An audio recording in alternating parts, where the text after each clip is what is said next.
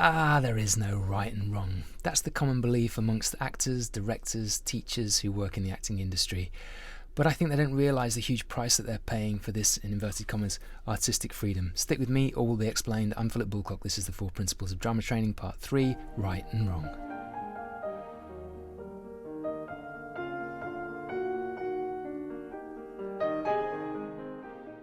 Right and wrong, what does it mean? Well, it means having points of reference to compare to that help us decide whether we're doing something right or something wrong. What's a point of reference?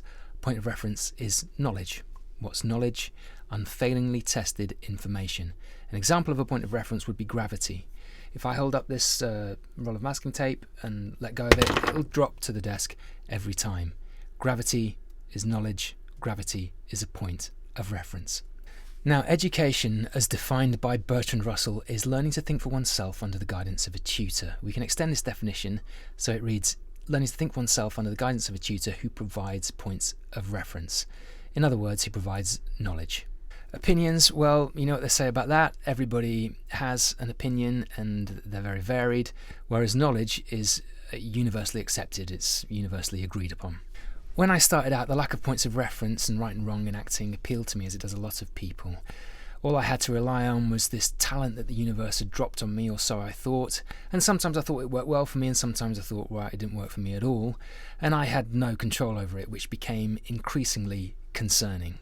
I've been a jobbing actor all my career, making a living out of it, but I'm glad I didn't get too successful too early in a way, because I think that parties, award ceremonies, media attention, the glamorous lifestyle would have been a big distraction from this concern that I was developing.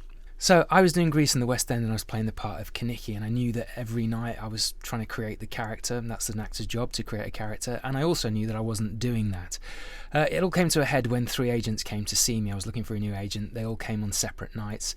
Each time an agent was in the audience, I thought, I've got to do the best job I can. I want to think the thoughts of the character, be in the context of the story. Could I do it? No way. All I was thinking about was the agent, where they were sitting, did they like what I was doing? I came off stage at the end of each performance very depressed, but each one of those agents wanted to sign me. Now, agents have very different criteria. They look at it from a very different perspective.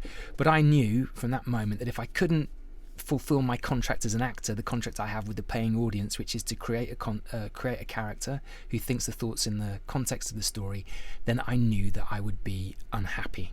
This was a pivotal point for me. What I needed was knowledge. What I needed was points of reference. What I needed was to know how to consistently create a character, no matter what had happened to me in the day leading up to the performance or who was in the audience. Luckily for me, I knew where to find it.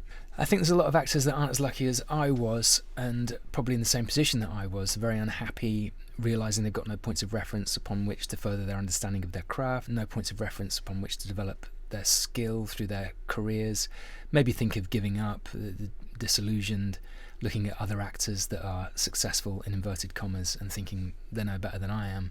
Just a side note here, yeah, they might be successful, but I think they're probably thinking exactly the same thing that you are. So why are there no points of reference in acting? Well, let's look at where there are points of reference. I talked about gravity before, and that takes place in the physical world. You know, if you're learning something like engineering or carpentry, I live on a boat, I do a lot of the work inside the boat. I'm always watching YouTube videos, and they give you points of reference there, you know, how to use a saw efficiently, you know, how to glue things at the right angle so it's going to bear weight.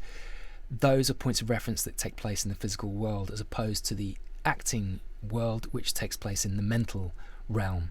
So it would seem it's more difficult to establish points of reference there.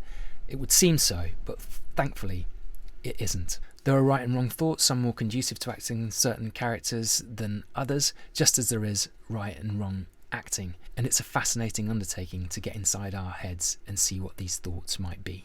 So I think it's imperative to establish right and wrong for acting. Without right or wrong, we can't develop our skill, we can't develop our understanding of our craft, and we look back on 50, 60 years in the profession and we're as lost at the end of it as we were at the beginning. And that represents a huge waste of life.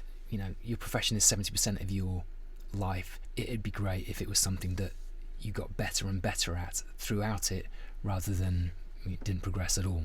And that's why establishing right and wrong is very important for the acting industry and is one of the 4 principles of drama training.